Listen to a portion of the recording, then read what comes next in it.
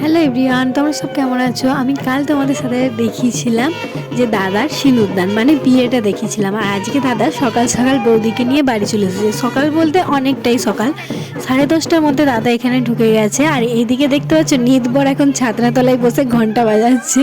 তারপর বৌদিকে এখানে নিয়ে আসা হয় ছাদনাতলায়। এখানে এরা হচ্ছে সব পিসিমণি, মানে বৌদির পিসিমণি হয়, তারাই সব কলসিটা আর কি তুলে দিল। আর ননদরা আছে পেছনে, কারণ ননদরা কলসিটা তুলতেই পারবে না, এত ভারী কলসি। বলছে টাকা না দিলে কলসি নামাতে দেব না। তারপরে সব কিছু ঠিক হয়ে যাওয়ার পর যাক দাদা বৌদিকে নিয়ে আর কি বাড়ি ঢুকছে। এরকম পায়ের মধ্যে ধান দেওয়া থাকে, এই ধান দাদা ফেলছে আর বৌদি ঝাঁটাই করে ঝাঁটিয়ে বাড়ি আসছে আর কি ঝাঁট দিয়ে। এখানে এরা আবারও ধরেছে ঠাকুর ঘরের ভেতর ঢুকতে দেবে না যদি না টাকা দেওয়া হয়। যাক দাদা কথা বলে অনেকটা মিটমাট হয়ে যাওয়ার পর দাদা ভেতরে গিয়েছিল। তারপরে ঠাকুমা হচ্ছে বৌদির মুখ দেখলো, দাদাকে